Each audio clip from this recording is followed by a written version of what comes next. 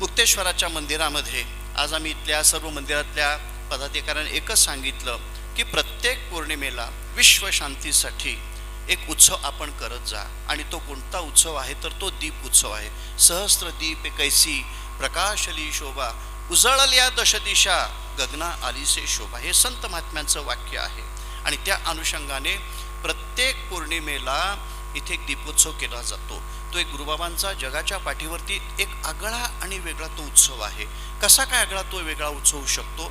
अनेक जण दीपोत्सव करतात, पण पणत्या असतात आणि तेल असतं. पण हा उत्सव केवळ पणत्यांचा नाही आहे, तर कणक्यांच्या दिव्याचा आहे. आपण नाग दिव्यांना जे दिवे आपण बनवतो तसे दिवे बनवून ते उकडून त्यामध्ये फुलवाट टाकून आणि गाईचं तूप पाजळून आपण दिवे ज्यावेळेस आपण जिथे लावतो, विश्व कल्याणासाठी आपण प्रार्थना करतो, पसायदान म्हणतो, शिवाची स्तुती करतो, त्याच्यामधून घराघरातला पितृदोष जातो. लक्षात घ्या. माझं आव्हान आहे की घराघरातला हा पितृदोष जातो. आणि घरातली जर लक्ष्मी जर रुसून गेली असेल तर अष्टलक्ष्मी सुद्धा त्या घरामध्ये वास करती.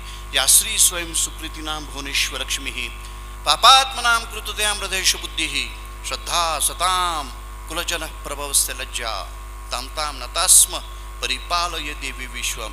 ती लक्ष्मी तुमच्या कुटुंबामध्ये तिचं रक्षण करेल.